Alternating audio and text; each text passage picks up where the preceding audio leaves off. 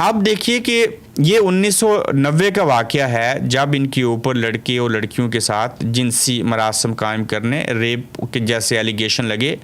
یہ جب 18 جولائی 2024 کو برطانیہ آئے آخری بار ہماری معلومات کے مطابق تو یہ مینچسٹر ایئرپورٹ سے گرفتار ہوئے. ایک دن پولیس اسٹیشن رہے، دوسرے دن بیل دے دی عدالت نے، اور جب بیل ہوئی تو اس کے بعد یہ چلے گئے. اور اب انٹرپول یہ چاہ رہا ہے کہ یہ واپس آئیں چونکہ یہ یو کے نیشنل ہیں. اب جب اکتوبر 2024 کو یہ جو خط آپ سکرین کے اوپر دیکھ رہے ہیں، انٹرپول نے این سی بی اور ایف آئی اے کو لکھا، ایس ایس پی میرپور نے اس کے اوپر جو چیزیں مانگی گئی وہ کر کے واپس بھیج دی. اب آپ دیکھیے کہ جس شخص کو انٹرپول اور برطانیہ کی پولیس تلاش کر رہی ہے وہ پاکستان میں موجود ہیں، جن کے اوپر سنگین نوعیت کی ایلیگیشن ہے. دا گارڈین کے مطابق، میں نہیں کہہ رہا، دا گارڈین کہہ رہا ہے اور یہ لیٹر کہہ رہا ہے، اور یہاں کی جو اتھارٹیز ہیں ان کے مطابق کہ ان کے اوپر سیکشل ہراسمنٹ، سیکشل یعنی کہ جنسی ہراس کی یا اس طرح کے ایلیگیشن ہیں، اور اس شخص کو برطانیہ میں قانون کا سامنا کرنا چاہیے جبکہ یہ وہاں پہ ہیں. اور وہاں پہ ہوتے ہوئے جس شخص کے اوپر اتنے سنگین نوعیت کے الزامات ہیں مبینہ طور کے اوپر، وہ بندہ وہاں سے الیکشن کنٹیسٹ کرتا ہے، ایک جماعت سے ٹکٹ لیتا ہے، لوگ ووٹ دیتے ہیں، وہ کامیاب ہو جاتے ہیں، اور جس کو برطانوی قانون کا سامنا کرنا چاہیے وہ چودھری رخسار احمد صاحب قانون ساز اسمبلی کے ممبر بن جاتے ہیں. ٹھیک ہے، فیئر انف، ان کو لوگوں نے ووٹ دیے. اب جس شخص کو برطانوی پولیس تلاش کر رہی ہے وہ قانون ساز اسمبلی کا ممبر بن گئے، کل ان کی حکومت بن جائے گی، وہ اس میں وزیر ہوں گے. تو جن لوگوں کی اپنی کمزوریاں ہوں وہ کیا حق عوام کے حق میں کھڑے ہوں گے؟ انہیں واپس آنا چاہیے تھا، انہیں آنا چاہیے، اب بھی انہیں قانون کا سامنا کرنا چاہیے. اگر یہ غلط نہیں ہے بری ہو جائیں گے، بات ختم. اپنا کردار جو ہے اس کو بہتر بنا لیجئے.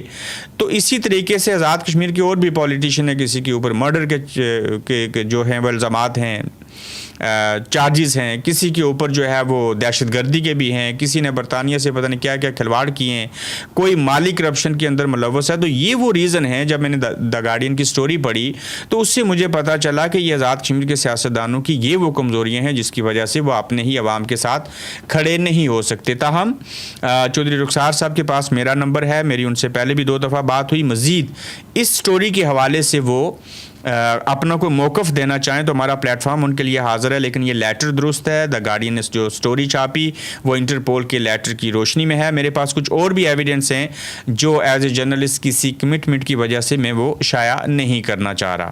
تو کہنے کی بات یہ ہے کہ دا گارڈین کی سٹوری کے بعد یہ بات پتہ چلتی ہے کہ آزاد کشمیر کے اندر جو سیاستدان ہیں ان کا اپنا کردار ٹھیک نہیں ہے، اور اگر ان کا اپنا ہی کردار ٹھیک نہیں ہے تو صاحبو یہ دوسروں کے کردار کو بہتر بنانے کے لیے اور عوام کی حق اور حقوق کے لیے کیسے کھڑے ہو سکتے ہیں، کیسے آواز اٹھا سکتے ہیں. یہ ساری صورتحال ہے. اوپر سے آج ہی کے دن میں یوم استحصال منایا جا رہا ہے جو کشمیر کے اندر آرٹیکل 370 لگایا گیا، بھارت کی جانب سے لگایا گیا، جس کو سپریم کورٹ میں چیلنج کیا. سپریم کورٹ نے بھی فیصلہ جو تھا وہ دے دیا. اس کے بعد اس فیصلے کے اوپر پھر سے مقبوضہ کشمیر سے لوگوں نے ریٹ کر رکھی ہے. یہ بھارتی سپریم کورٹ کی بات ہو رہی ہے اور عدالتوں کی. اب آرٹیکل 370 آج کے دن لگا کے کشمیریوں کے جو بنیادی حقوق تھے وہ واپس لے لیے گئے. وہ حقوق کیا تھے؟ کوئی وہاں پہ آ کے رہ نہیں سکتا، کشمیری ہی صرف وہاں رہ سکتے ہیں، کوئی باہر کا بندہ وہاں پہ لینڈ نہیں خرید سکتا، بے شمار ایسی چیزیں تھیں. وہاں پہ آرٹیکل 370 ہے، اور اسی طرح سے آزاد کشمیر کے بھی اندر آرٹیکل 56 یا کچھ اور ہے جس کے تحت کوئی پاکستانی کشمیر میں جائیداد نہیں لے سکتا اور وہاں پہ ایسی چیزیں نہیں کر سکتا. اب اس دن کو ہم یوم استحصال مناتے ہیں، اور اسی دن جہاں پہ عمران خان صاحب کو بھی گرفتار کیا گیا، آج ان کو بھی 3 سال ہو چکے ہیں، اس کے اوپر بھی آتے ہیں. لیکن دیکھنا یہ ہے کہ یوم استحصال تو ہم منا رہے ہیں، وہ بھارت کی جانب سے جو استحصال کیا گیا کشمیریوں سے وہ منا رہے ہیں. اب آزاد کشمیر، جس کا نام آزاد کشمیر ہے، تحریک آزادی کا بیس کیمپ ہے، یہ اسمبلی ہے، یہاں پہ عوام ہیں، سڑکوں کے اوپر ہیں، دھرنا دیے بیٹھے ہیں، انہیں گولیاں ماری گئیں، سارا کچھ ہوا. تو جس دن بھارت کے استحصال کے اوپر ہم یوم استحصال منا کے مذمت کر رہے ہیں آرٹیکل 370 کی، اسی دن اس سے چند مہینے پہلے ہم آزاد کشمیر کے لوگوں کے ساتھ بھی ان کا بھی استحصال کر رہے ہیں. تو لہٰذا اوپر سے کہتے ہیں کہ کشمیر کو آزاد کروانا ہے تو وزیر اعظم پاکستان کے بقول ہم 1 منٹ کی خاموشی اختیار کریں گے, کہیں کوہالہ پہ زنجیر بنا لیں گے انسانی ہاتھوں کی, تو کیا 1 منٹ کی خاموشی سے یہ کشمیر آزاد ہوگا؟ کیا جب آپ خود استحصال کر رہے ہیں آزاد کشمیر کے کشمیریوں کا, تو ادھر بھارت کے استحصال کے اوپر بول رہے ہیں, تو آپ کا یوم استحصال جو ہے اس کی کیا اہمیت اور کیا حیثیت رہ گئی باقی؟ تو لہٰذا بات کرنے کی ہے کہ آج یوم استحصال کے موقع کے اوپر بھی کم از کم کشمیر کے لوگوں کا استحصال نہیں ہونا چاہیے. جو آزاد کشمیر کے لوگ ہیں دونوں اطراف سے نہیں ہونا چاہیے. ہم کبھی بھی پاکستان اور بھارت کو ایک پلڑے میں نہیں رکھ سکتے, زمین آسمان کا فرق ہے. یہ پاکستان ہمارے ساتھ, ہم پاکستان کے ساتھ بہت اچھے ہیں. یہ حالات اور واقعات پیدا ہوئے, اس کی بھی بے شمار وجوہات ہیں جو کہ نہیں ہونی چاہیے تھی, لیکن یہ میں مانتا ہوں کہ استحصال جو کیا جا رہا ہے یہ کسی صورت نہیں ہونا چاہیے. صاحبو, آج ہی کے دن جو ہے وہ KPK میں پاکستان تحریک انصاف جلسہ کر کے احتجاج بھی کرے گی اور اپنے لائے عمل کا اعلان کرے گی. اگلا لائے عمل لانگ مارچ ہو سکتا ہے, اور لانگ مارچ ہوگا کب ہوگا یہ دیکھنا بڑا ضروری ہے. آج ہی کے دن یہ ویڈیو دیکھیے جب کالر سے پکڑ کے عدالت کے اندر جا کے عدالت کے شیشے توڑ کے عمران خان صاحب کو گرفتار کیا گیا اور کالر سے پکڑ کے گاڑی میں رکھا گیا, اور جیسے کسی کو اغوا کرتے ہیں وہ لے گئے. وہ ویڈیو پھر چوری کر لی گئی, ڈیلیٹ کر دی گئی عدالت کے اندر سے جب گرفتاری کا عمل ہوا, ساری چیزیں ہوئی, لیکن یہ ویڈیو آج تک موجود ہے کہ پاکستان کے سیاستدانوں کو ہمیشہ گھسیٹ کر عدالتوں کے اندر لے کے جاتے رہے, جیلوں کے اندر لے کے جاتے رہے, تشدد کرتے رہے. کسی کو سر میں گولی لگی, کوئی گھر میں مر گیا, کسی کو پھانسی دے دی گئی. عمران خان صاحب کو آج کے دن پکڑا گیا تھا, اور اس دن جب آرٹیکل 370 جس دن کو بھارت نے لگا کے کشمیریوں کا استحصال کیا تھا, اب 5 اگست جو ہے وہ اس دن کی مناسبت سے بھی یاد رکھا جائے گا ہمیشہ کے لیے کہ 5 اگست کو عمران خان کو جیل میں ڈالا گیا. آج 3 سال ہو چکے ہیں عمران خان جیل میں ہے, اور عمران خان نے اپنے حصے کے تمام بوجھ جو تھے وہ سر کے اوپر اٹھائے اور قیام کر گیا. عمران خان نے عوام کے گناہ بھی اپنے سر لے لیے اور قیام کر گیا, اور آج تک جیل کے اندر ہے, کوئی ڈیل, کوئی پلیٹلس, کچھ بھی چیزیں نہیں ہو رہی. پھر ان کی پارٹی 3 سال جیل میں رہنے کے اوپر آج جلسہ کرے گی, اور جلسے کے اندر بڑی تعداد میں متوقع ہے کہ جب میں آپ سے بات کروں جلسہ شروع ہونے والا ہوگا تو لوگ جو ہیں وہ اس میں آئیں گے, اور لوگوں کی ایک ہی خواہش ہے, سہیل افریدی لانگ مارچ کی کال دیں, احتجاج کی کال دیں, ہم گھروں سے باہر نکلیں, باہر جائیں, احتجاج کریں اور اپنے لیڈر کو باہر نکالیں, اور اس نظام کو بہتر کرنے کی اصول کے لیے احتجاج کیا جائے. اب دیکھنا یہ ہے کہ سہیل افریدی لانگ مارچ کا اعلان مجھے لگتا ہے وہ کریں گے. وہ تاریخ کیا ہوگی یہ اس بات کے اوپر منحصر کرتا ہے. اوپر سے دیکھیے کہ آزاد کشمیر کے اندر جو ہے وہ دھرنا جاری ہے, وہ بھی لانگ مارچ کرنا چاہ رہے تھے, انہوں نے راولہ کوٹ سے مظفر آباد جانا ہے, لیکن دریک سے راولہ کوٹ مرکز میں جانے کے اصول کے لیے جو کہ 2.5 کلومیٹر ہے, 2.5 مائلز نہیں, اس میں 31 لوگوں کی جان چلی گئی, اور ٹوٹل 110 لوگ جو ہیں 100 سے زائد اب تک شہید ہو چکے ہیں. پھر ایکشن کمیٹی کا دھرنا جاری ہے, لوگ بول رہے ہیں, آوازیں اٹھ رہی ہیں, انٹرنیشنل میڈیا بول رہا ہے, اور ایسے عالم میں مظفر آباد کے ایک عالم نے کچھ باتیں کہہ کے سب کے دل جیت لیے, اور ایکشن کمیٹی کیا ہے, ان کے ساتھ کسی کو کیوں کھڑا ہونا چاہیے.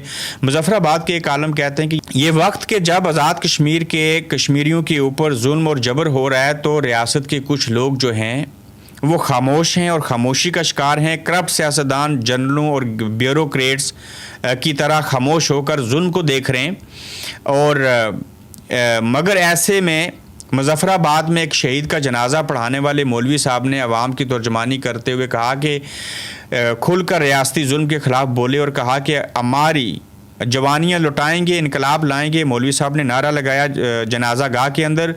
ہماری تمام علماء سے کہتے ہیں گزارش ہے کہ وہ اس معاملے پر حق کے لیے بولیں, مشتوں سے امن اور حق کا پیغام دیں. تو یہ جو مولوی صاحب ہیں جب وہ ایک شہید کا جنازہ پڑھانے لگے تو انہوں نے کہا کہ جوانیاں لٹائیں گے, انقلاب لائیں گے. تو یہ علماء جو ہیں وہ بول چکے ہیں, اور باقی مجھے بتائیں کہ یہ جو مفتی تقی عثمانی ہیں کہاں پہ ہیں, مفتی منیب الرحمان کہاں پہ ہیں, آزاد کشمیر کے اندر بڑے بڑے مفتیان کرام ہیں وہ کہاں پہ ہیں, اور وہ لوگ کیوں نہیں بولتے. یہ ساری صورتحال ہے. تو مظفر آباد کی جو 2 نشستیں تھیں ان کے اوپر الیکشن ہونا تھا, مجھے لگتا تھا پیپلز پارٹی دونوں نشستیں جیت جائے گی, لیکن جاوید ایوب صاحب ہار گئے, نورین عارف صاحبہ جو ہیں وہ جیت گئی ہیں. اوپر سے پیپلز پارٹی کی ایک سیٹ ہوئی ہے, وہ